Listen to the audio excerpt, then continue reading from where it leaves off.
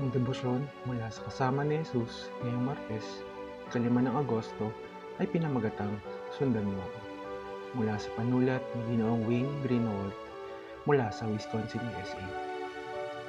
Atin pong basahin ang unang Korinto, Kabanata 10, talata 23 hanggang 33 bilang batayang teksto.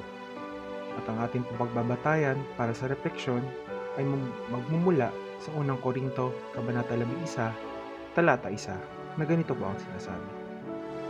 Tularan ninyo ako gaya ng pagtulad ko kay Kristo. Minsan, binisita ko ang kaibigan ko nakatira sa Vermont. Malayo yun sa bayan. Nang pauwi na ako, tinanong ko siya kung ano ang pinakamadaling ruta pabalik sa highway. Tinuturo na niya sa akin yung direksyon nang bigla niyang sinabi, "May mas maganda ako ideya. Mahirap sundan yung direksyon, sundan mo na lang ako. Magdadrive ako para mapakita ko sa iyo yung daan." Dahil paliko-liko yung daan, nakabuntot lang ako sa kanya. Dahan-dahan lang ang takbo at maaga siyang nagsisignal kapag paliko ang dahan. Maya-maya pa, nakarating na kami sa highway at nagpaalam sa isa't isa, saka ako umuwi.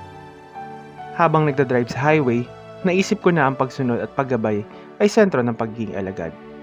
Habang sinisikap ni Apostol Pablo na buong pusong masunod si Kristo, ibinabahagi rin niya ang buhay niya bilang halimbawa na pwedeng sundin ng iba. Nasa bahay man tayo, paaralan o opisina, ang mga kilos at salita natin ay nakikita ng iba. Bilang mga mananampalataya, tinatawag tayong maging mga halimbawa upang mahikayat ang iba na sumunod din at maging alagad. Tanungin natin ang ating mga sarili. Namubuhay ba ako ayon at sa halimbawa ng buhay ni Kristo? Atin pong isama sa panalangin ang mga naglalakbay. Tayo po ay manalangin. O Diyos, paalala mo sa amin ang kahalagahan ng aming mga kilos.